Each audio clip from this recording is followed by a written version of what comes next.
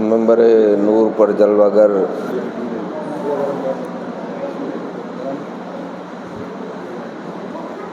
اپنی مسجد کے خطیب و امام صاحب، ناظم محترم، علماء ملت اسلامیہ، بہترین آواز کے مالک شاعر ذی وقار، پیارے اسلامی بھائیوں، السلام علیکم ورحمۃ اللہ۔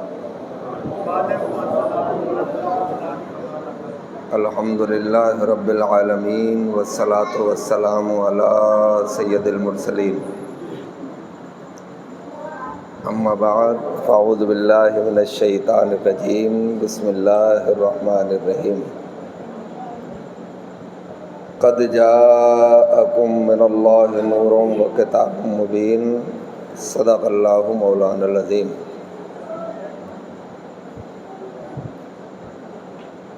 واہ کیا جود و کرم ہے شہ بتا تیرا، نہیں سنتا ہی نہیں مانگنے والا تیرا، اور میں تو مالک ہی کہوں گا کہ ہو مالک کے حبیب، یعنی محبوب و محب میں نہیں میرا تیرا۔ چمک تو اسے پاتے ہیں سب پانے والے، میرا دل بھی چمکا دے چمکانے والے، برستا نہیں دیکھ کر ابر رحمت، بدوں پر بھی برسا دے برسانے والے۔ آواز مت بڑھواؤ۔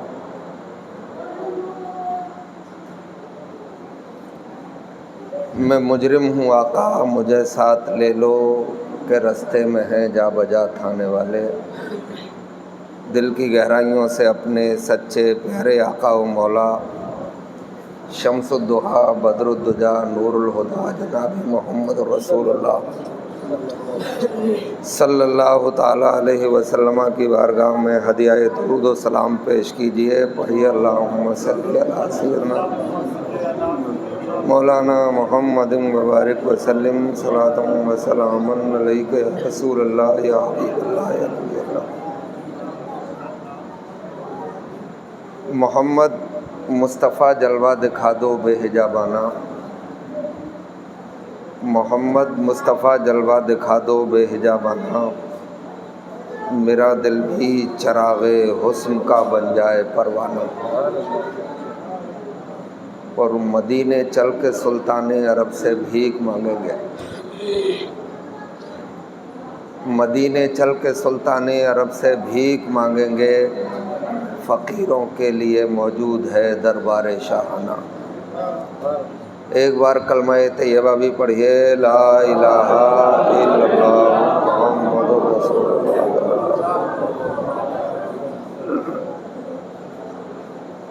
بہت عرصہ ہو گیا آپ لوگوں کی خدمت کیے ہوئے،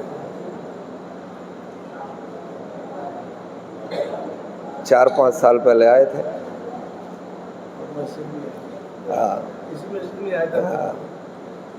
ہمارے خلیل بھائی دبنگ آدمی ہے بستی کے، انہوں نے رابطہ قائم کیا، میں حاضر ہوں، بات چیت بند کر دو گے تو اچھا رہے گا، یہ بچوں کی افراتفری بھی ہے نا تھوڑی، تو اچھا نہیں لگ رہا ہے۔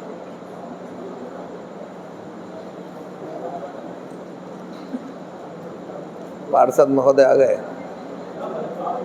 بلا لو۔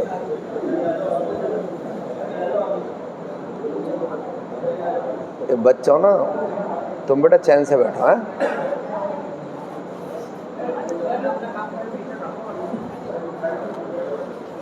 تم سائیڈ میں ہو جاؤ تو زیادہ اچھا۔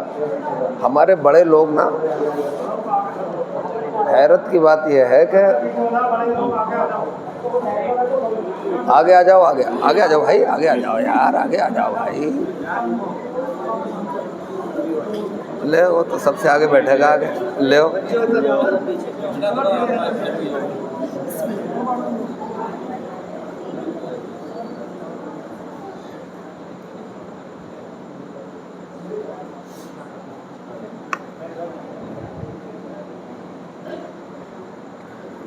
ایک بار اور کلمہ طیبہ پڑھ لیں، لا الہ الا اللہ محمد رسول اللہ صلی اللہ تعالی علیہ وسلم۔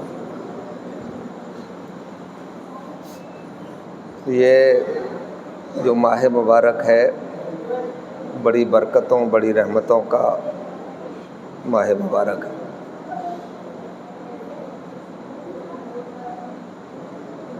اسی ماہ مبارک میں آج سے 1453 سال پہلے ہمارے سرکار علیہ الصلاۃ والسلام ملک عرب کے شہر مکہ میں جلوہ گر ہوئے تھے۔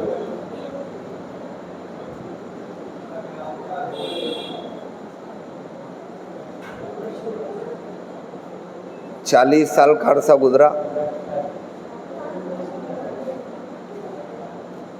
اور پھر سرکار علیہ الصلاۃ والسلام نے ایک پہاڑ کی بلندی پر کھڑے ہو کر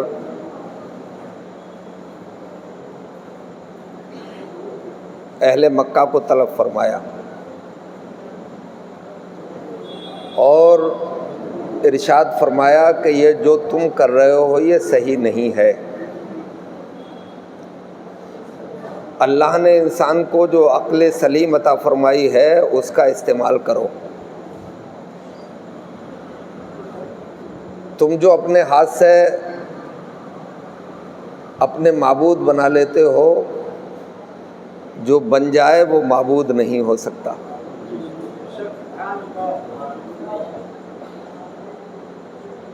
ایسا کرو، میں تمہیں بڑی تحقیق کے ساتھ یہ بات بتا رہا ہوں کہ تم سب مل کے پڑھ لو، لا الہ الا اللہ۔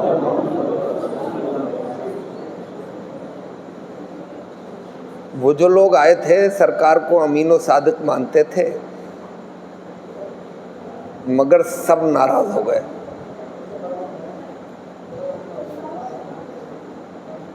سب نے منہ بنا لیے، بولے محمد تمہاری یہی بات نہیں مانی جائے گی۔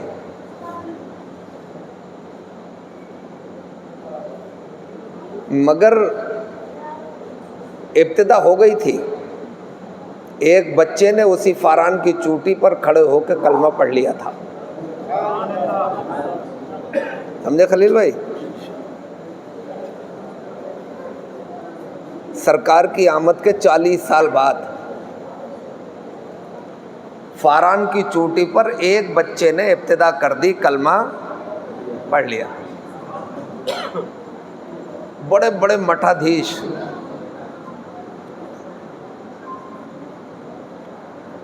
اپنے قبیلوں کے سردار چیخ پڑے کہ یہ نیا کام نہیں ہونے دیں گے،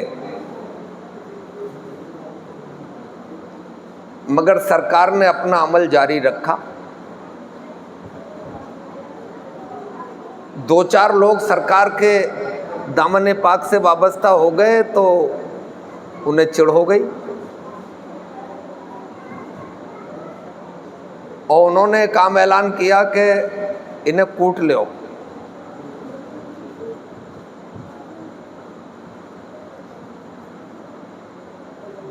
ان پہ کوڑے برساؤ۔ مزے کی بات سنو کہ وہ کوڑے برساتے رہتے تھے اور کلمہ پڑھنے والوں کی تعداد بڑھتی چلی جاتی تھی۔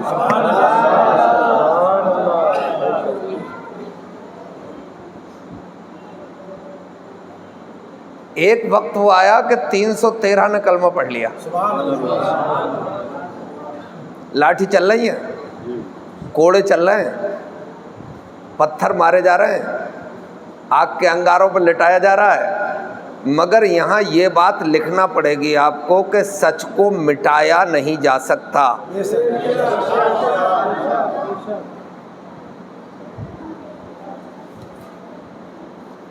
فرعون نے یہی بات سمجھ کر ہزاروں بچے بچپن میں ہی مروا دیے کہ کوئی موسیٰ پیدا نہ ہو۔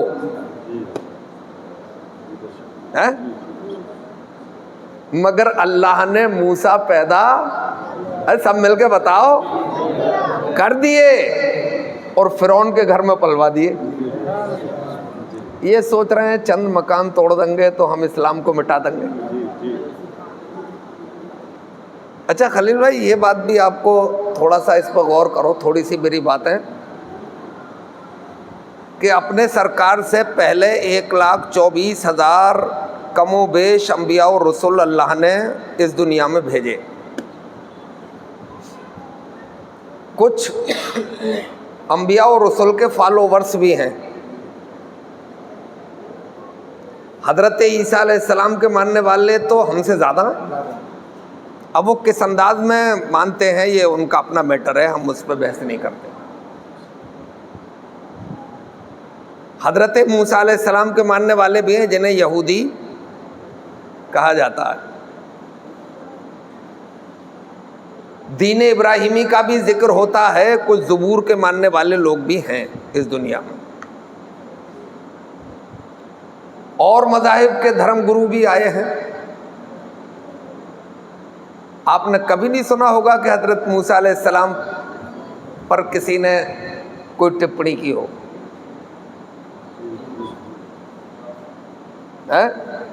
کوئی گستاخانہ جملے استعمال کیے ہوں؟ نہیں سنا ہو. حضرت عیسیٰ علیہ السلام کے ماننے والے تو بالکل ننگے ہو گئے ہیں، مگر حضرت عیسیٰ علیہ السلام پہ کوئی بھی ٹپڑی نہیں کرتا. آخر وجہ کیا ہے؟ پہلے دن سے ہی اور آج تک کوئی نہ کوئی ایک آدھ سال میں باگڑ بلو میدان میں آئی جاتا ہے.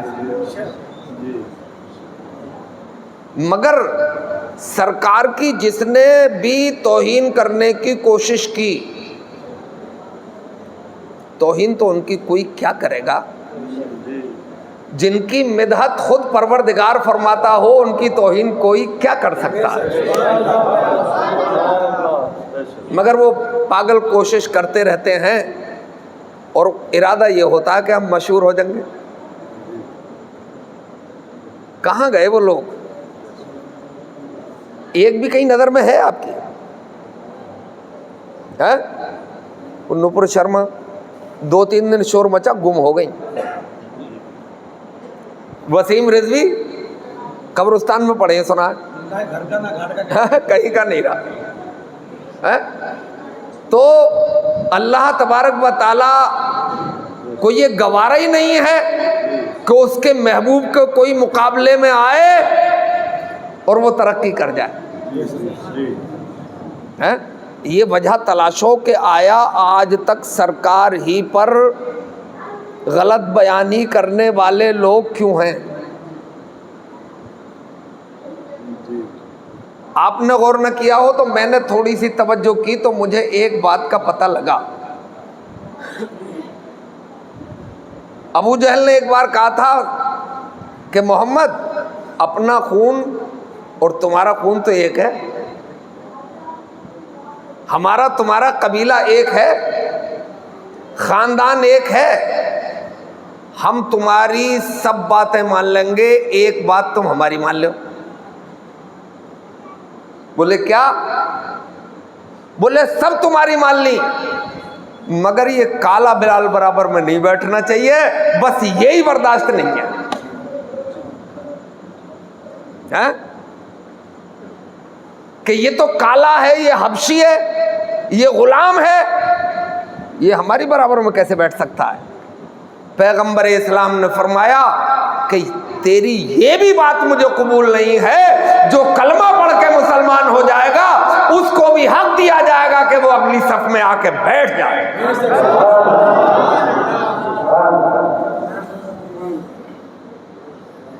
ان کو جو چیختے ہیں نا، انہیں یہی تو درد ہے کہ ہم نے تو 5000 سال لوگوں کو ننگا رکھا، زمین پہ تھوکنے نہیں دیا، کپڑے نہیں پہننے دیے.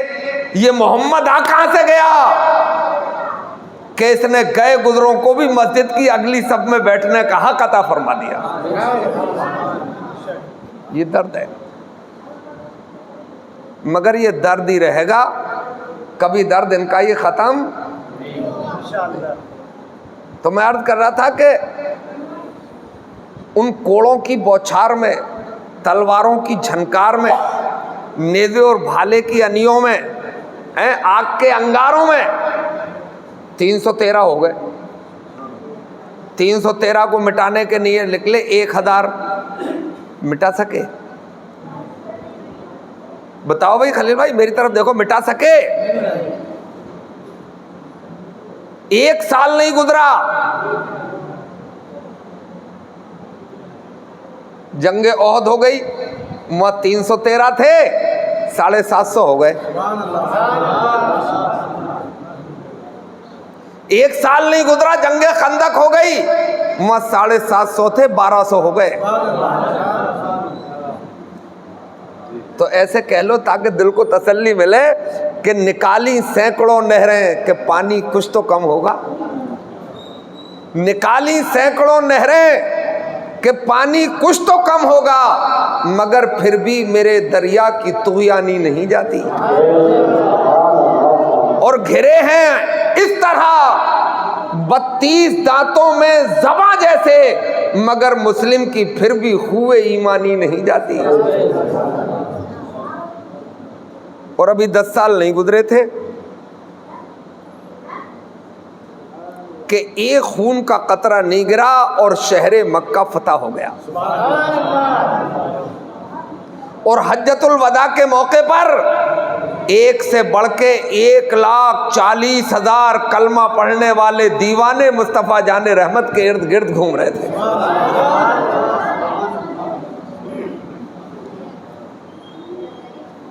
چیختے رہو، چلاتے رہو، 1500 سال پورے نہیں ہوئے ہیں، 1453 سال ہوئے ہیں، اس 8 ارب کی دنیا میں ہر چوتھا آدمی کلمہ پڑھ لیا ہے۔ 1500 سال پورے نہیں ہوئے ہیں، ہر چوتھا آدمی کلمہ پڑھتا ہے۔ آپ کو یہ بھی معلوم نہیں ہوگا کہ 9/11 سے پہلے جب ورلڈ ٹریڈ سینٹر ٹوٹا، امریکہ کا پینٹاگن ٹوٹا، تو اس سے پہلے 5000 پر ایئر، یعنی 5000 سال پر سال لوگ کلمہ پڑھ کے مسلمان ہو رہے تھے، اور ورلڈ ٹریڈ سینٹر جیسے ہی ٹوٹا بدنام ہم ہوئے، گراف دونا ہو گیا، 10,000 لوگ بغیر تلوار کے کلمہ پڑھ کے غلام مصطفیٰ بن رہے ہیں۔ نعرہ تکبیر، نعرہ رسالت۔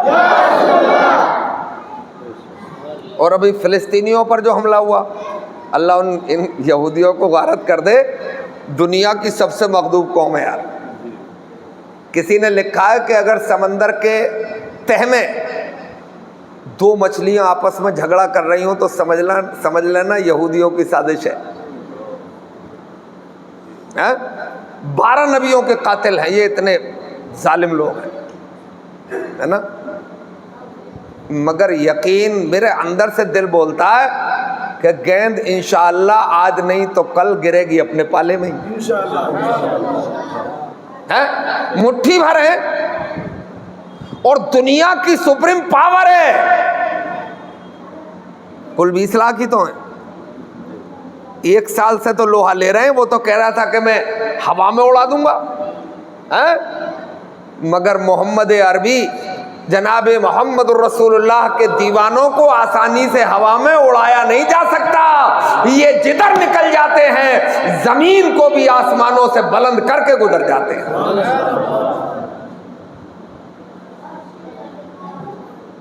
وجہ کہ ہمارا مذہب سچا ہے، یہ دین مصطفیٰ رکھ لو، یہ صلی اللہ علیہ وسلم۔ ایک دن وہ بھی آئے گا کہ پوری دنیا میں یہود و نصارہ بھی کلمہ پڑھ رہے ہوں گے۔ اور بچوں تمہیں تو بتائی دیں، ہم تو جب تک نہیں رہیں گے، آنے والے 50 سال میں انشاءاللہ بغیر تلوار کے دنیا کا پہلے نمبر کا مذہب ہوگا مذہب اسلام۔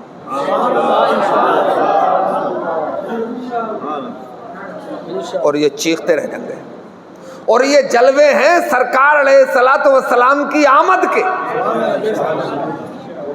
وہ نہیں تو تھا ہی کیا دنیا میں؟ ایسے ہی گھما کر رہے لوگ. سرکار آ گئے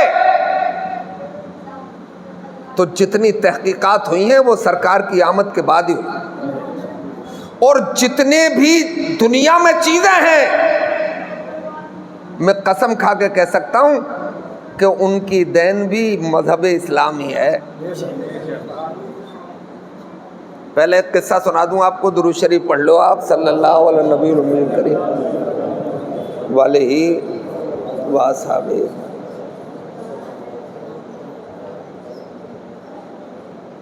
ایک ملک ہے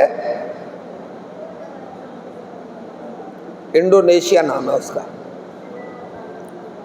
مسلم پاپولیشن کے حساب سے دنیا کا سب سے بڑا ملک ہے. حالانکہ دنیا میں سب سے زیادہ ایک جگہ کہیں مسلمان کسی ملک میں رہتے ہیں تو اس کا نام بھارت ہے، ہندوستان ہے، انڈیا ہے. مگر ملکوں میں تعداد میں سب سے بڑا وہی ملک. سرکار علیہ الصلوۃ والسلام کے زمانے میں بودھسٹ کا ملک تھا وہ.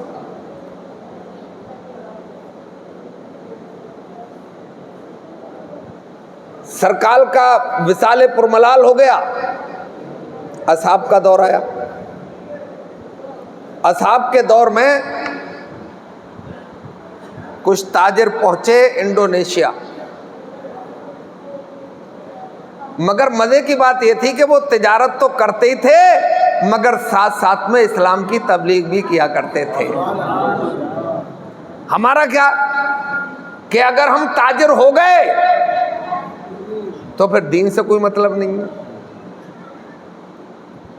اگر ہم پارشد ہو گئے تو پورے پاگل ہو گئے. ہمارے یہاں یہی تو وڈمبنا ہے. اگر ہم وکیل صاحب ہو گئے تو پھر مذہب اسلام برا لگنے لگتا ہے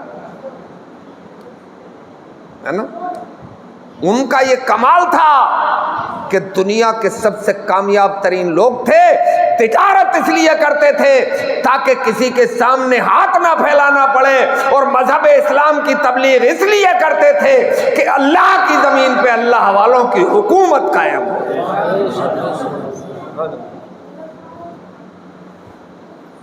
پہنچ گئے. اصول یہ تھا کہ جس ملک میں تجارت کرنا ہے اس ملک کے حکمراں سے اجازت طلب کرنا ہے.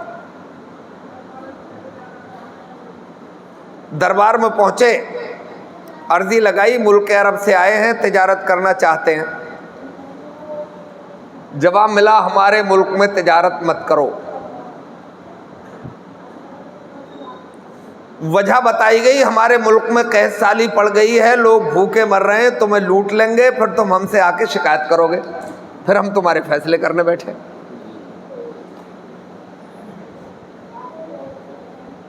وہ اصحاب کی جماعت واپس آئی، آپس میں ڈسکس کیا، بیٹھے، سوچا، سمجھا، غور کیا.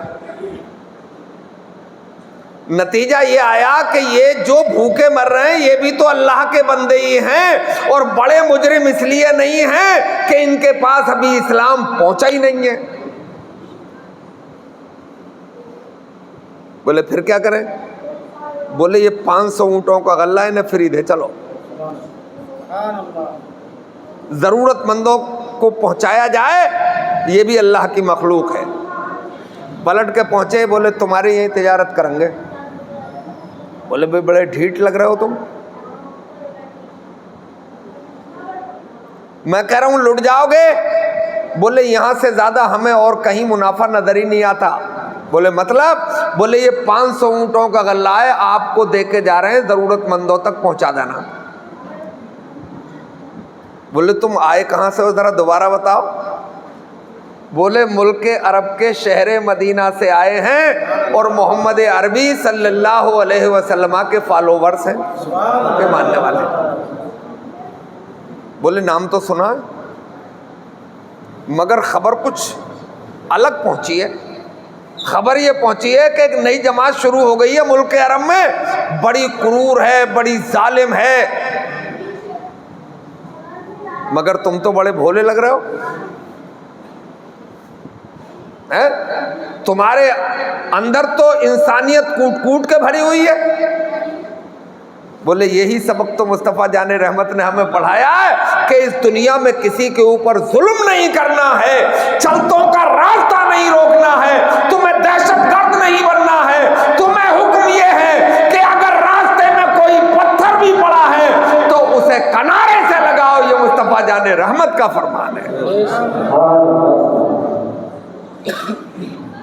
جو پیغمبر کسی کے پیر میں ٹھوکر لگ جائے یہ برداشت نہ کرتا ہو, وہ پیغمبر آتنکوادی ہونے کی اجازت کیسے دے سکتا ہے؟ بولے ذرا ٹھہرو. اندر گیا, نہا کے آیا, بولے کلمہ پڑھاؤ.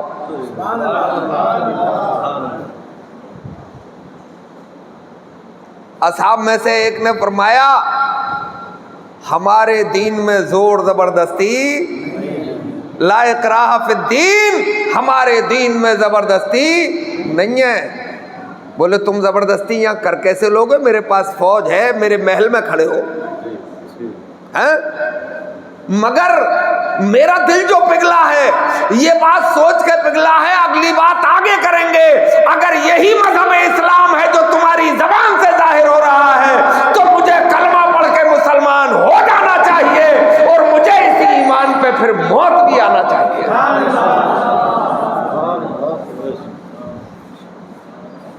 بولے اگر دل ہی کر رہا تو پڑھ لو.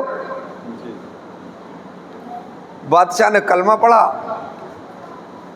اب تھوڑی جذبات تو ہے ہی قوم میں اپنی, میں انہوں نے نعرہ لگا دیا, یار ایک ملک کا حکمراں کلمہ پڑھ لیا ہے تو دل میں ذرا کھلبلی تو مچے گی, خوشی تو ہوگی. اب خوشی میں مومن ناچتا نہیں ہے,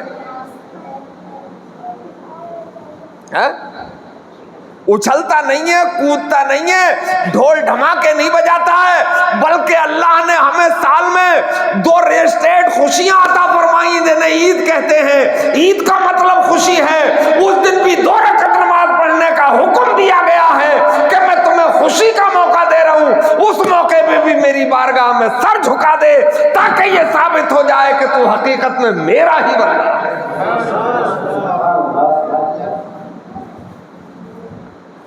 نعرہ لگا, محل گونجا, اللہ اکبر والا نعرہ, نعرے تکبیر, محل گونجا تو فوج نے محل گھیرا کہ حملہ ہو گیا. اور مسلمانوں کو ہو گیا, سن لیا تھا کہ وہ جب حملہ کرتے ہیں تو نعرہ لگا کے کرتے ہیں.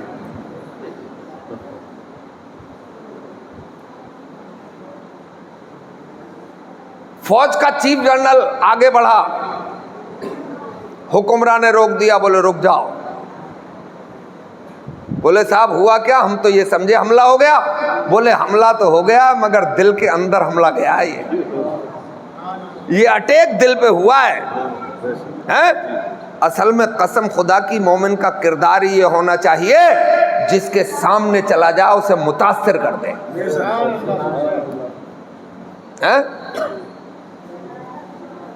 بولے دل پہ حملہ ہوا ہے. بولے مطلب؟ بولے اب یہ ملک تم سنبھال لیو, میں تو انہی دیوانوں کے ساتھ جا رہا ہوں جن کے بال الجھے ہوئے ہیں, ان کے کپڑوں پہ پہمد لگے ہوئے ہیں. بولے صاحب وجہ کیا ہے؟ بولے وجہ یہ. بولے تو کلمہ پھر ہمیں بھی پڑھا لو. ہمیں لوگ ظالم کہہ رہے ہیں اور ہم بھی ان کے داؤ میں آ گئے اور بے وقوف بن گئے. جبکہ پیغمبر اسلام نے فرمایا دنیا کی سب سے دانشور قوم کا نام ہے قوم مسلم.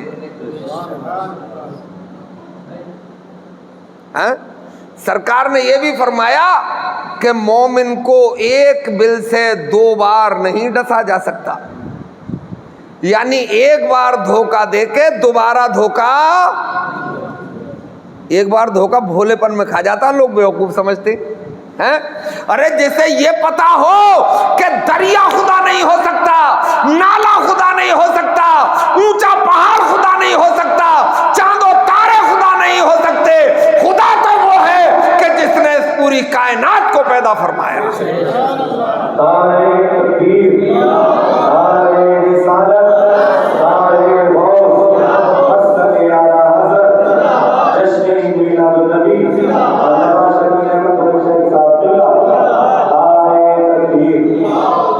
سے بڑا دانشور کون ہو سکتا ہے؟ ہاں؟ جسے یہ پتا ہو کہ ہمارا معبود ہمارا اللہ ہے، اس سے بڑا عقل مند اور کوئی نہیں ہو سکتا۔ تو میں ایک بات عرض کروں آپ سے، اگر آپ کو برا لگے تو اگلی بار مت بولیں۔ آپ دنیا کی سب سے دانشور قوم ہو، بقول میرے نہیں، ان کے قول کے مطابق کہ جن کے قول کا مقابلہ کبھی نہیں تھا اور کبھی ہو نہیں سکتا۔ مگر ایسا کچھ لگتا تو نہیں ہے آپ میں، جس پیغمبر نے یہ ارشاد فرمایا ہو اطلب العلم بالسین، علم حاصل کرو چاہے تمہیں چین ہی کیوں نہ جانا پڑے۔ چھوڑیے، اللہ نے قرآن میں پہلی جو آیت نازل فرمائی اس کا پہلا لفظ ہی اقرا ہے۔ مطلب پڑھو، حکم دیا گیا پڑھو۔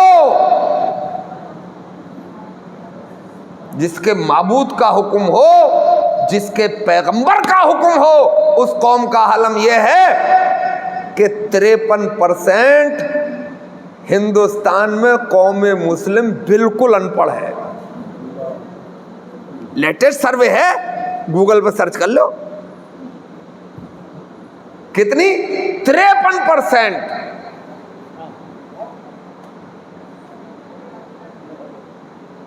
اب بچے 47%۔ تو 47% میں 20% ایسے ہیں جو انٹر تک پہنچ جاتے ہیں تو کمال کر دیتے ہیں۔ 20% ایسے ہیں کہ جنہوں نے گریجویشن کر لیا ہے، پی جی کر لیا ہے۔ بچے 7%، تو 7% ہی ہائر ایجوکیٹڈ ہیں، آئی ایس ہیں، آئی پی ایس ہیں، پی سی ایس ہیں، پی سی ایس جے ہیں، آئی آئی ٹی ہیں، یا کچھ اعلیٰ کمپیوٹرز کے کورس وغیرہ کر لیے۔ اس قوم کا، جس قوم کے پروردگار نے حکم دیا ہے کہ پڑھو، پیغمبر اسلام نے فرمایا العلم نور، وہ اتنی ان پڑھ ہے، پھر کہتے ترقی نہیں ہو رہی۔ ترقی تو روشنی میں ہوتی ہے، اور روشنی علم ہے۔ تو ترقی کے لیے پہلا اعلی علم ہے، اور جب علم ہوگا تو ہم سیاست کے میدان میں کامیاب ہوں گے۔ ہم سیاسی بھی نہیں ہیں، ہمارے یہاں کیا اس پہ لکھا ہوتا ہے اشتہار پہ نیچے نوٹ، ہمارے جلسے کو سیاست سے کوئی تعلق نہیں ہے۔ ابے گبدو ہو تم، بالکل جاہل ہو گئے ہو۔ سیاست کسی گالی کا نام ہے؟ بتاؤ، سیاست چھچورے پن کا نام ہے؟ نہیں، سیاست تو وہ ہے جو پیغمبر اسلام نے کی ہے، حضرت ابوبکر و عمر نے کی ہے، 1,24,000 اصحاب و پیغمبر نے کی ہے۔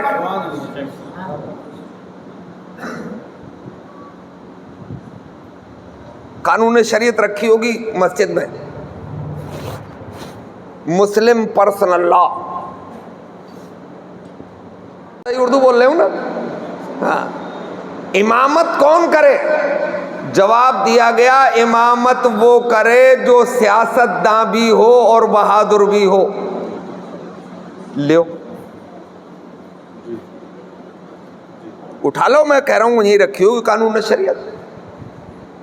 سیاست داں بھی ہو اور بہادر بھی ہو۔ امام لاٹھی تو چلاتا نہیں ہے یار، تو بہادری کی کیا ضرورت ہے؟ اسے تو مسلح 5 وقت آنا ہے، تجوید کے ساتھ شاندار قرآن کی تلاوت کرنا ہے نا، پھر بہادر کی کیا ضرورت ہے؟ ارے امام کا مطلب ہی سردار ہے۔ کیا مطلب ہے؟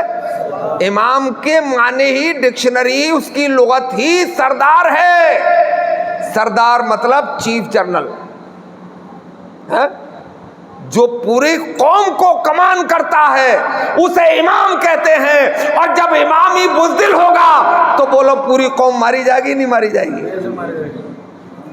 سیاست کا مطلب ہے دور اندیشی، پاردرشتا، آنے والے حالات پر کڑی نظر۔ ایک جملہ پارلیمنٹ سے نکلا، امام صاحب کے کانوں تک پہنچا، انہوں نے اندازہ لگا لیا کہ اب آنے والے وقت کے حالات ایسے ہوں گے، ہیں دور اندیشی۔ اور یہ ہوگی کب؟ جب علم ہوگا۔ علم ہے نہیں، اور مکمل علم ہے کہاں؟ کیمسٹری میں نہیں ہے، فزکس میں نہیں ہے، علم تو ہے، وہ انکار نہیں کر رہا ہوں۔ کمپیوٹر میں نہیں ہے مکمل علم، مکمل علم تو اللہ کے کلام قرآن میں ہے یا مصطفیٰ جان رحمت کے فرمان میں۔ اگر بولے ہمارے امام صاحب تو بہت سیدھے ہیں، وہ تو حجرے سے صرف مصلی پہ ہی آتے ہیں، معاف کرنا مجھے، امام نہیں ہے وہ نا۔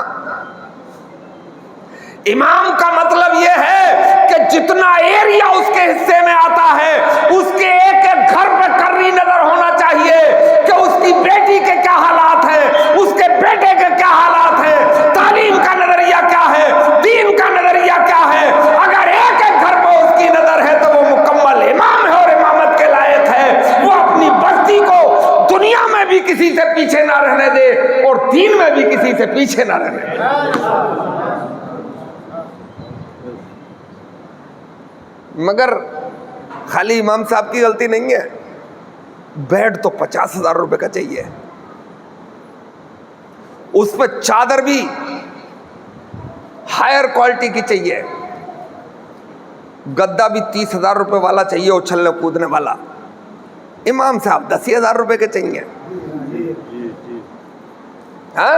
کیونکہ امام صاحب کے بچے تو سانپ کے بچے ہوتے ہیں، وہ مٹی چاٹ کے جی لیتے ہیں، انہیں بھی کپڑوں کی ضرورت ہے، انہیں بھی کھانے کی ضرورت ہے، کل شادی بیاہ کی ضرورت ہے، ضرورت ہے تمہیں دیکھنا ہے اور آپ کے حالات امام صاحب کو دیکھنا ہے۔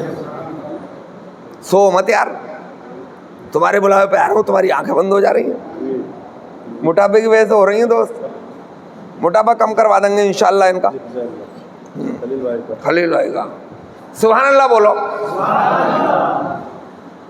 اب علم نہیں تو سیاست بھی نہیں۔ ارے بھئی ایک بات ہے خلیل بھائی، ہم یہ فیصلہ کریں گے اپنی کمیٹی میں بیٹھ کر کہ ہماری مسجد کا امام فلاں رہے گا، مدرسے کا مدرس فلاں مفتی صاحب ہوں گے، یہ محلے کی کمیٹی طے کرے گی، مگر آپ کے تھانے کا انچارج کون ہوگا یہ تو سیاست طے کرے گی،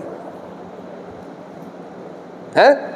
آپ کا ایس ایس پی کون ہوگا یہ سیاست طے کرتی ہے، آپ کے ضلع کا ڈی ایم کون ہوگا یہ سیاست طے کرتی ہے، اور آپ یہ کہہ کے بچ کے نکل گئے کہ ہمیں سیاست سے کیا مطلب ہے؟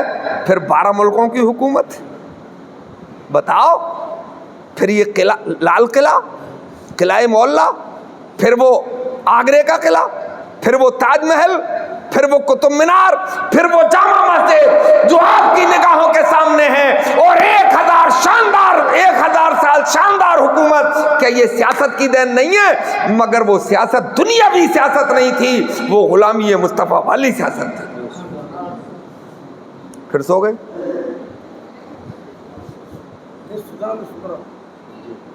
تم مت سوئیے نہ سونے دو، ہم نے ویسے یہ سنا ہے، تم سو جاؤ کہ گزرے ہوئے زمانے میں ایک خرگوش سو گیا تھا تو کچھوے سے بازی ہار گیا تھا۔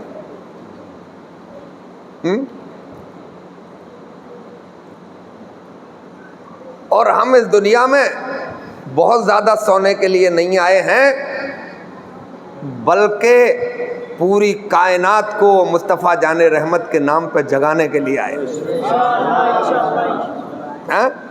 سونے والوں جاگتے رہیو، چوروں کی رکھوالی ہے۔ اب نمبر 3 بتا رہا ہوں، علم نہیں تو سیاست نہیں، اور علم نہیں تو پھر تجارت بھی نہیں۔ اپنے یہاں کہنا کیا ہے؟ پہلے تو یہ ذہن نشی کر لو کہ تم اس پیغمبر کے ماننے والے ہو جس کا توڑ نہیں ہے۔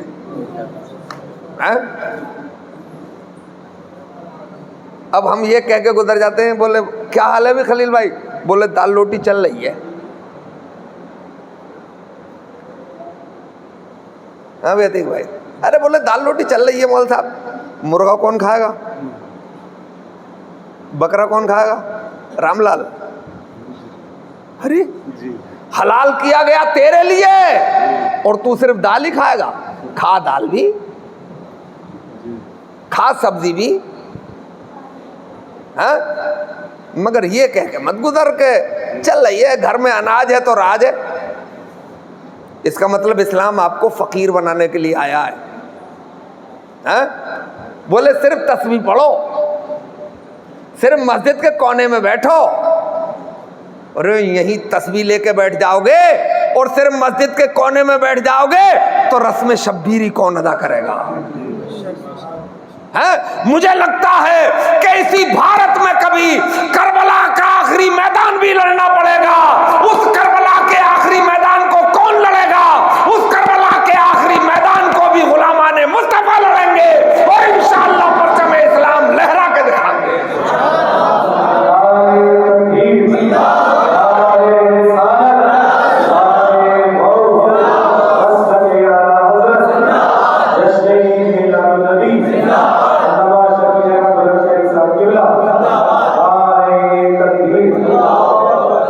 چل رہی ہے دال روٹی، غصے میں بول رہا ہوں ایک بات، ذرا غصے میں کچھ غصہ بھی جھیلو۔ جب دنیا کی سب سے دانشور قوم ہو آپ، تو آپ کو اسلام فقیر بنانے کے لیے نہیں آیا ہے۔ اگر اسلام فقیر بننے کا ہی حکم دیتا تو پھر وہ حضرت عثمان غنی، ان کی تجارت کا قافلہ جب مکے کی گلیوں سے نکلتا تھا تو در و دیوار ہل جاتے تھے۔ حضرت عبد الرحمن بن عوف، جزیرۃ العرب میں ان جیسا کوئی تاجر نہیں گزرا۔ ہمارے ایک امام گزرے ہیں جن کی لکھی ہوئی کتاب مدارس میں پڑھائی جاتی ہے، نام امام محمد۔ 250 منیم ان کی تجارت دیکھا کرتے تھے، تو بتاؤ ورکرز کتنے ہوں گے؟ پھر میں کہتا ہوں تو کہتے بولے اسے مت بلائیوں، مگر یار ہندوستان بہت بڑا ہے، اللہ کی زمین بہت بڑی ہے، کہیں نہ کہیں بلا ہی لیں مجھے لوگ۔ پھر میں کہتا ہوں کہ تم میں کا کوئی مکیش امبانی کیوں نہیں بنا؟ تم میں کا انل امبانی کیوں نہیں بنا؟ تم میں کا بجاج و وجے مالیہ کیوں نہیں بنا؟ اس لیے کہ نہ تمہارے پاس علم تھا، نہ تمہارے پاس سیاست تھی۔ اور سیاست کو اسلام سے الگ نہیں کیا جا سکتا، نے پیغمبر اسلام کو الگ کرنا پڑے گا، اور یہ ممکن نہیں ہے۔ حضرت عمر کو الگ کرنا پڑے گا، اور یہ ممکن نہیں ہے۔ اب ایک فارمولہ سن لو، یہ ہوگا کیسے؟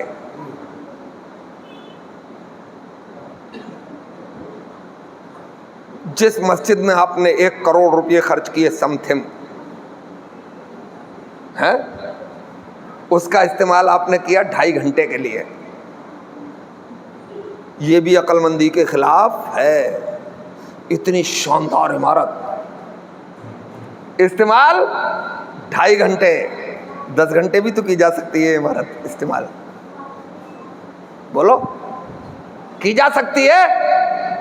اب میں کوئی ایسی بات تھوڑی بتا رہا ہوں کہ تم بالکل سری نہیں لا رہے ہو۔ ارے قرآن پڑھانے کے لیے کی جا سکتی ہے، بچوں کو اسلام سکھانے کے لیے 10 گھنٹے اس کا استعمال کیا جا سکتا ہے۔ اور دانشور وہی ہوتا ہے کہ موقع کو بھانپ جاتا ہے اور اسی حساب سے کام کر کے ترقی کے راستے ہموار کرتا ہے۔ کسی کی برائی نہیں، تعریف کر رہا ہوں۔ 1995 میں 1925 میں RSS وجود میں آئی، اس نے ایک ونگ بنائی اور اس نے شکشا پہ کام کیا، ششو مندر کھولے اور ان کی گھٹی میں ہندوتو پیوست کیا۔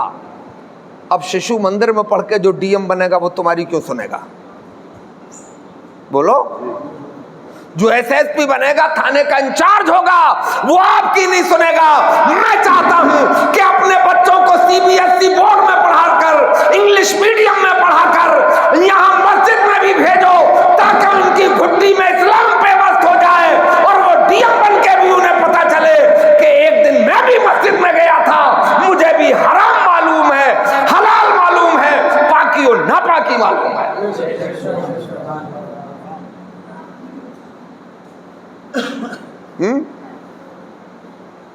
کچھ کرو گے تو راستے ہموار خود بخود۔ بولے راستے تلاش رہے ہیں مول صاحب، تم تو بلا وجہ چیخ رہے ہو۔ ابے تو راستے تلاشے گا، تیرا کام ہے اپنے رب کو راضی کرنا، مصطفیٰ جان رحمت کی آنکھوں کو ٹھنڈک پہنچانا، راستے تو خود بخود ہموار۔ سب مل کے بولو۔ آپ کو بات سمجھ میں نہ آئی تو مثال سنو۔ ایک راستہ بنا تھا صدیوں پہلے، اور وہ بھی بنا تھا دریا پہ۔ راستہ وہی، حضرت موسیٰ اور ان کا خاندان اس راستے سے دریا پار کر گیا۔ راستہ وہی ہے، اسی راستے پہ فرعون چلا اور بیچ دریا میں غرق ہو گیا۔ مطلب یہ ہے کہ وہاں اپنے رب پہ یقین کامل تھا کہ راستہ پار ہو جائے گا، اور یہ خدا کا باغی تھا، اس لیے دریا میں غرق ہو گیا۔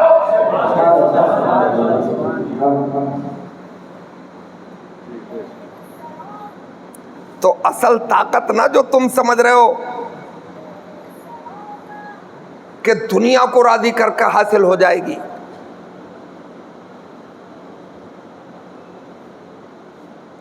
فریب میں ہو، دھوکے میں ہو۔ میں تو یہ کہتا ہوں کہ وہ یار برگر میں دم نہیں ہے، چاؤمین میں بھی کچھ رکھا نہیں ہے، آپ کے مٹن میں بھی دم، آپ کے چکن میں بھی کچھ نہیں ہے، آپ کے کیلاؤ سیبو انگور میں بھی دم نہیں ہے، آپ کے بادام میں کاجو میں پستہ میں بھی دم نہیں ہے۔ اگر یہی بات ہے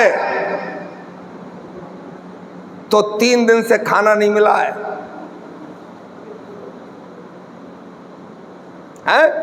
3 دن سے فاقہ ہے، یعنی کہ حیدر کرار ہے، یعنی کہ حضرت علی ہیں، اور ہاتھ میں 40 کلو کی ذوالفقار حیدری ہے، اور سامنے کفر کا قلعہ خیبر ہے، الا اللہ کا نعرہ لگایا جاتا ہے، قلعہ خیبر کے دروازے کو اکھاڑ دیا جاتا ہے۔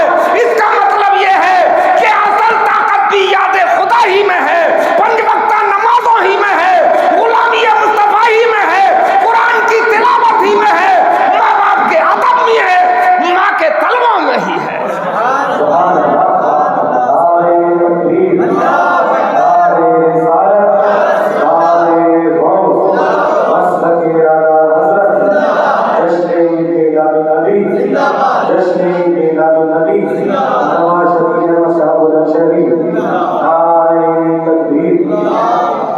اخروٹ توڑ رہے تھے ایک دن حضرت علی، اخروٹ نہیں ٹوٹ رہا تھا، کسی ساتھی نے کہا حضرت یہ اخروٹ اور وہ پھر باب خیبر، آپ نے فرمایا دوسرا کوئی کفر کا خیبر ہو تو لیا پھر توڑ دوں گا، ہو تو لا۔ بولے حضرت پھر یہ اخروٹ، ارے بولے اس پہ ہاتھ کی طاقت کا استعمال کر رہا ہوں، اور جب کوئی کفر کا قلعہ سامنے آئے گا تو غلامی مصطفیٰ کی طاقت کا استعمال کیا جائے گا، اور ایمان کی طاقت کا مقابلہ دنیا کے کوئی کفر کی طاقت کبھی کر ہی نہیں سکتی ہے۔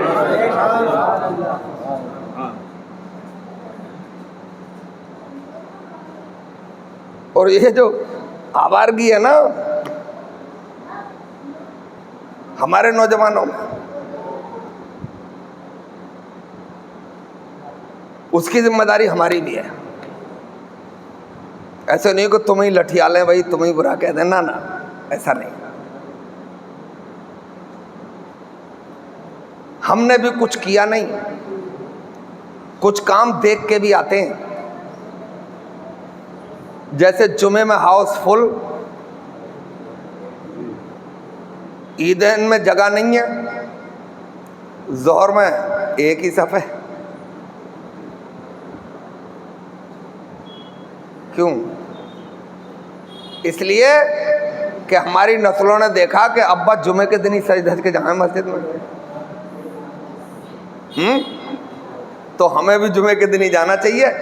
اگر ابا پانچوں ٹائم جا رہے ہوتے اور سب جا رہے ہوتے تو آنے والی نسلیں بھی 5 وقتہ نمازی ہوتی.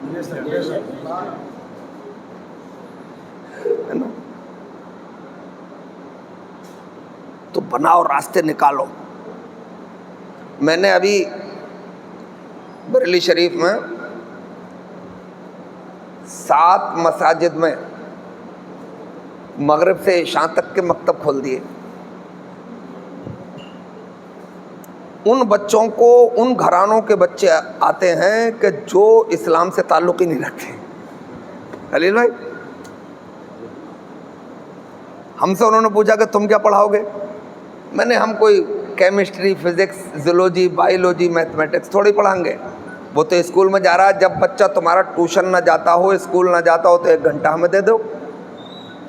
بولے لے لو. اس میں ہم بولے پریکٹیکل کی نماز سکھائیں گے اسے. ایک بچہ آگے کھڑا ہوا پڑھ لیا ہے اعوذ باللہ من الشیطان الرجیم، سب بچے پڑھ رہے ہیں اور ٹیچر گھوم رہا ہے بیچ میں. اب وہ رکوع میں گئے، رکوع صحیح ہو رہا ہے یا نہیں ہو رہا ہے وہ ٹیچر دیکھے گا. اور یہ کام میں ائمہ سے نہیں کرا رہا ہوں، میں نے الگ مدرس رکھا ہے. 5,000 روپے 1 گھنٹے کے دیتا ہوں، اور اس کے بدلے میں کیا لے رہا ہوں؟ ان بچوں سے کوئی طلب نہیں. 1 روپیے پر ڈے کا ممبر بناتا ہوں. خلیل بھائی، حالات ایسے ہیں، یہ کام ہو رہا ہے، 1 روپیے روز کا ممبر بنو گے؟ بہت سوچ کے بتانا. انہوں نے کہا کہ پھر بتائیں گے تو ہم دوبارہ نہیں کہیں گے. کبھی نہیں کہا دوبارہ کسی سے، سمجھے؟ 3 مدرس کے پیسے آنے لگے ہیں، 4 مدرس کے اپنے پاس سے پیسے دے رہے ہیں. انشاءاللہ وہ بھی آئیں گے. خلوص ہونا چاہیے، کام کا ارادہ ہونا چاہیے، دل میں کوئی برائی نہیں ہونا چاہیے. اپنی ترقی کے راستے ہموار کرنے کا دل میں نہیں سوچنا چاہیے، اسلام کی ترقی کے بارے میں سوچنا چاہیے. جب اسلام ترقی کرے گا تبھی تو مومن ترقی کرے گا، اور جب مومن ترقی کرے گا تبھی تو کامیابی کے جھنڈے لہرائیں گے. تو سرکار کی آمد کا مقصد سمجھو. کوئی ایسا سبجیکٹ تو بتاؤ جو سرکار کی جیونی میں نہ ہو. بولے یہ بات رہ گئی تھی تو یہ گاندھی جی سے لے لی، یہ بات رہ گئی تھی تو یہ نہرو جی سے لے لی، یہ بات رہ گئی تھی تو مائیکل جیکسن سے لے لی. ارے کوئی بات چھوڑی نہیں ہے مصطفیٰ نے جو کسی اور سے لے ہوگے. تبھی بریلی والوں نے کہا پھر کے گلی گلی تباہ، ٹھوکریں سب کی کھائیں کیوں، دل کو جو عقل دے خدا، تیری گلی سے جائیں کیوں. اپنے ایم ایل اے صاحب سے پوچھیوں، خلیل بھائی اب کی بار آئیں، اپنی دھارمک کتاب میں بتائیے دیکھ کے کہ کھانا کیسے کھایا جائے گا. نہیں ملے گا یار. تم سے کوئی پوچھ لے کہ کھانا کھانے کا طریقہ کیا ہے تو پیغمبر اسلام کی جیونی میں مل جائے گا. جوتا کیسے پہنو گے مل جائے گا. کرتا پہلے پہنو گے یا پجامہ پہلے پہنو گے مل جائے گا. گھر میں اندر گھسو گے قدم کون سا رکھو گے پہلے یہ مل جائے گا. باہر نکلو گے تو کیسے نکلو گے، چلو گے تو کیسے چلو گے، بیٹھو گے تو کیسے بیٹھو گے، اٹھو گے تو کیسے اٹھو گے، سو گے تو کس وقت سو گے اور کیسے سو گے، مذہب اسلام میں موجود ہے.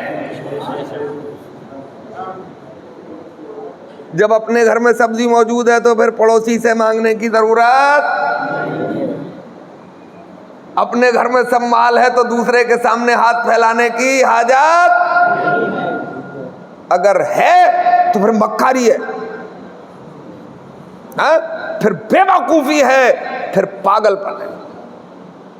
ایک مثال دے کے بات ختم کر رہا ہوں۔ جو خلیل بھائی کو آ رہی ہے بہت نیند، اور پھر مجھے بھی نیند آ رہی ہے، میں تو مدھیہ پردیش اور راجستھان سے گھوم کے آ رہا ہوں۔ سبحان اللہ بولو، ایک بات بتائیں آپ، ایسے تو کہی لو کہ وہ جو نہ تھے تو کچھ نہ تھا، وہ جو نہ تھے تو کچھ نہ تھا، وہ جو نہ ہو تو کچھ نہ ہو، اور جان ہے وہ جہان کی، اور جان ہے تو جہان ہے۔ سرور کہوں کہ مالک و مولا کہوں تجھے، باغ خلیل کا گلے زیبا کہوں تجھے، لیکن رضا نے ختم سخن اس پہ کر دیا، خالق کا بندہ خلق کا آقا کہوں تجھے۔ خلیل بھائی سنو، سرکار نے فرمایا کہ میرے جانثاروں سنو، عشاء کی نماز پڑھ کر جلدی سو جایا کرو، کیونکہ میرا عمل بھی یہی ہے۔ حدیث شریف میں کہ سرکار کو کوئی اگر ضروری کام نہیں ہوتا تو عشاء کی نماز سے فارغ ہو کر اپنے حجرہ پاک میں آرام فرمانے کے لیے تشریف لے جا، اور یہ بھی فرمایا کہ مغرب یعنی غروب، سورج غروب ہونے کے بعد اپنے بچوں کو گھر سے باہر،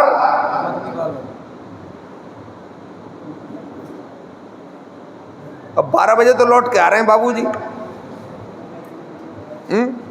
ابا نے کچھ کہہ دیا تو اکڑ رہے ہیں، سینکڑوں بہانے، جھوٹ کی یلغار انبار، ہمارا کیا بگاڑ ہو گیا؟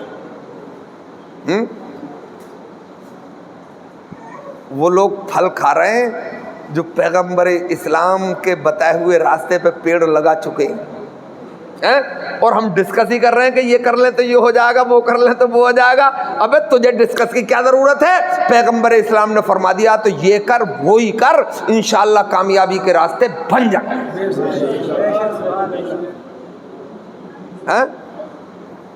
اب سرکار نے فرمایا، اصحاب نے مان لیا، وہ تو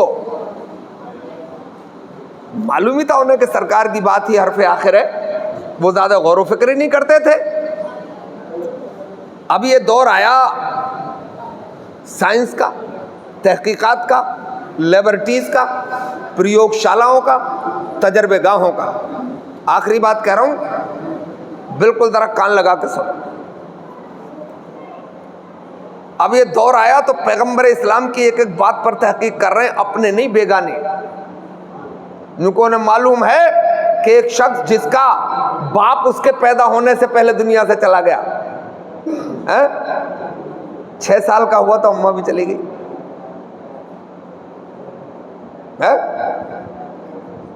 وہ اتنا کامیاب ہوا، اتنا، اور 63 سال رہا، اتنا کامیاب ہوا کہ آج تک کوئی اتنا کامیاب انقلاب ہو ہی نہیں سکا۔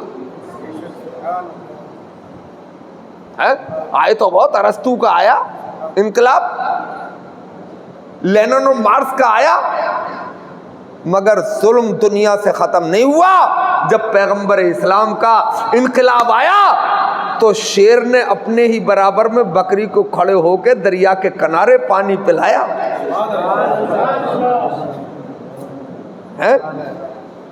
اب تحقیق ہوئی کہ آیا پیغمبر اسلام نے جلدی سونے کا حکم کیوں دیا؟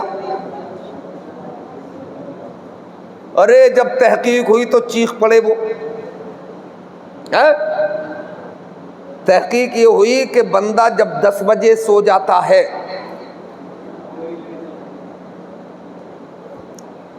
تو 10 سے 12 تک باڈی کے پینکریاز اس کے لیور پر ورک کر کے لیور کو فریش کر دیتے ہیں، پھر بد ہضمی نہیں ہوتی ہے، پھر کھٹی ڈکاریں نہیں آتی ہیں، پھر پیٹ میں بے تحاشا درد، لیور فریش ہو گیا۔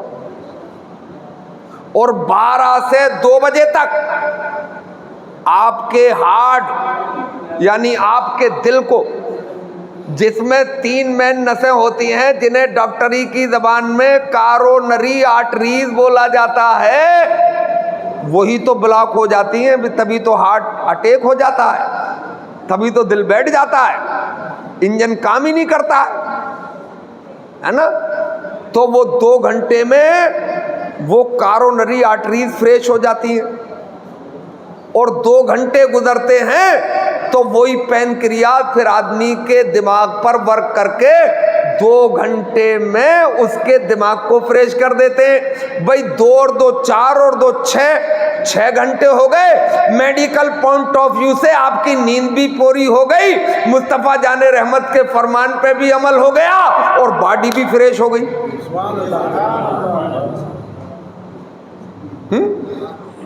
4 بج گئے، 4 بجے اٹھ جا۔ کمبکرن کیوں بننے آیا بھائی، زیادہ کیوں سو رہا ہے؟ اٹھ 4 بجے۔ اب 4 بجے اٹھ کسی حکیم سے پوچھ، کسی طبیب سے پوچھ، کسی ڈاکٹر سے پوچھ، کسی دانشور سے پوچھ کیسا کیا میں نے، تو وہ چیخ کے کہے گا یار اللہ کے بندے تو نے اتنا اچھا کام کیا، اتنے سہانے موسم میں اٹھا ہے کہ اس وقت سے بہتر کی ہوا کسی وقت کی ہو ہی نہیں سکتی، کیونکہ اس وقت میں پردوشن ہوتا ہی نہیں ہے۔ لے بھیا، یہ ہے مذہب اسلام۔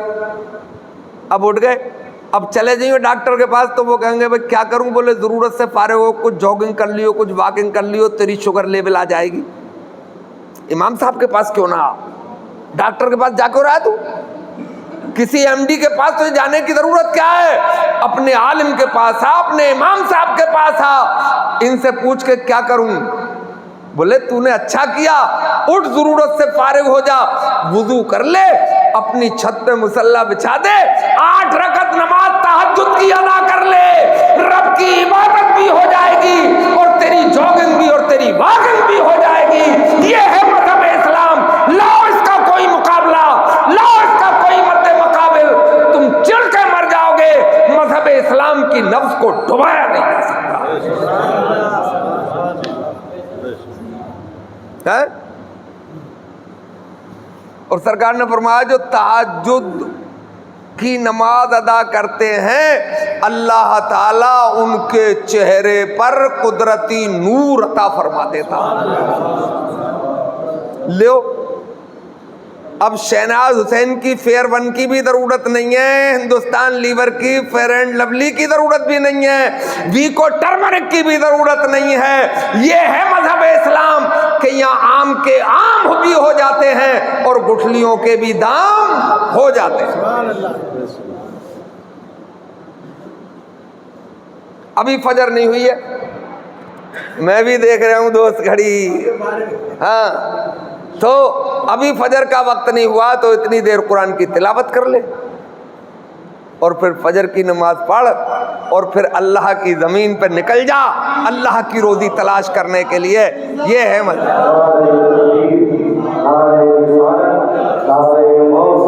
سبحان اللہ، اٹھ جا، نیند بھاگ جائے گی حضرات۔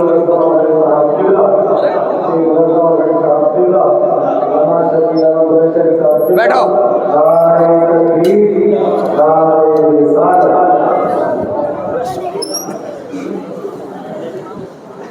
بیٹھ جاؤ، جلدی بیٹھ جاؤ۔ اب حضرت آ گئے، حضرت کا بیان ہوگا، اور بہت کامیاب بیان، میں بھی بیٹھے بیٹھے تھک گیا تھا، اور آپ بھی تھوڑے الجھ رہے تھے، آپ کے پیر بھی سیدھے ہو گئے۔ ایک بار کلمہ طیبہ پڑھ لیجئے، لا الہ الا اللہ محمد رسول اللہ صلی اللہ تعالی علیہ وسلم۔ تو حضرات گرامی قدر، ایک ایک بات مذہب اسلام سے لیا کرو، دنیا کے چکر میں زیادہ، جب کبھی الجھو امام صاحب کے پاس آ جاؤ، کوئی بات پتہ نہ ہو مفتی صاحب کی بارگاہ میں حاضری دو، انشاءاللہ یہاں سے مسئلہ حل ہو جائے گا۔ تو سرکار کی آمد کا مقصد بھی یہی ہے کہ جو مجھے مانے، جو کلمہ پڑھ کے مسلمان ہو جائیں، اگر وہ کلمے کے تقاضے بھی پورے کرنے لگے تو پھر ان کا بھی کوئی مقابلہ کر نہیں سکتا۔ تو کلمہ پڑھو تو اس کے تقاضے بھی پورے کرو۔ اور ایک شعر پڑھ کے بات ختم کر رہا ہوں۔ تیرا نبی جی کریں گے بیڑا پار، اب تو کچھ بول دیتے۔ تیرا نبی جی کریں گے بیڑا پار، تو میلا من کاہے کو کرے، اور وہ تو دکھیوں سے کرتے ہیں پیار، تو میلا من کاہے کو کرے۔ یہ پوری نظم مجھے یاد ہے مگر اس بار آپ کو سناؤں گا نہیں، اگلی بار کے لیے بھی کچھ چھوڑنا ہے۔ حضرت آ گئے ہیں اور اب آج سے منتھن کرنا، غور و فکر کرنا شروع کر دیا کرو، شروع کرو کہ ہمیں کیا کرنا ہے، ہمیں کیسے سوچنا ہے، ہمیں کس اینگل پہ جانا ہے، ہمارا نظریہ کیا ہونا چاہیے، ہمارے بچے کس راستے پہ چل کے ترقی کر سکتے ہیں۔ یہ تمام سوچ کے اپنی زندگی گزارو۔ اللہ تبارک و تعالی ہم سب کے اوپر اپنا کرم فرمائے۔ پیارے مصطفیٰ جناب محمد رسول اللہ صلی اللہ علیہ وسلم کی آمد کے صدقے اور طفیل میں ہم سب پر اپنی رحمتیں، اپنی برکتیں نازل فرمائے۔ السلام علیکم۔